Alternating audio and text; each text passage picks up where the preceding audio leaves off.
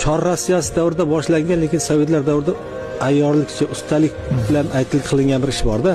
Tariximizni maydalashtirib, parchalab, bo'lib turkiylarnikini o'zbekka alohida, qozoqqa alohida, qoraqalpoqqa, qirg'izga, tatarga alohida bo'lib tashlaganini evaziga, ya'ni bo'lak-bo'lak qilib berganiga shunday bir darajaga kelib qolganmiz. Bir har ota-bobolarimiz bunaqa meniki deb bo'lmagan edi. Bizniki derdi va bir 100 yildan beri, 150 yildan beri bizga bo'lib berilgandan keyin shu bizga yomonlik olib kelyapti. Ya'ni turkiylar haqida chiqish qilishimiz orqali umumiyligimizni, hammamiz yalpib bitta o'zlikka ega bo'lishimiz kerakligini, tarixda, o'tmishda biz turkiylar deb bilinganimiz, Turon, Turkiston biz uchun yurt bo'lganligini, Saljuqiymi, Qoraxoniymi, Turkxoqonligimi, Xunlarmi, Timuriylarmi, ular bitta o'zbekka yoki qozoqqa yoki qoraqalpoqqa emas, barchamiz uchun yalpir davlatchilik bo'lganligini tushunib yetishimiz kerak.